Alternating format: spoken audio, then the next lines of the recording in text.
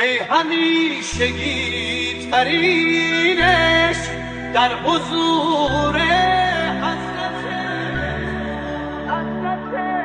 تو، ای که می سوزم سر و پا تو ابد در حضرت تو. به تو نامه می نویسم، نامه نوشته بر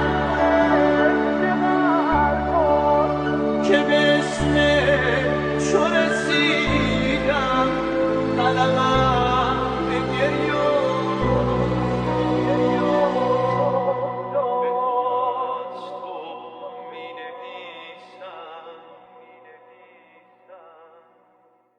ای همیشگی ترینش در حضور حضرت تو، ای که می سوزم سر و پا تو ابد در حضرت تو.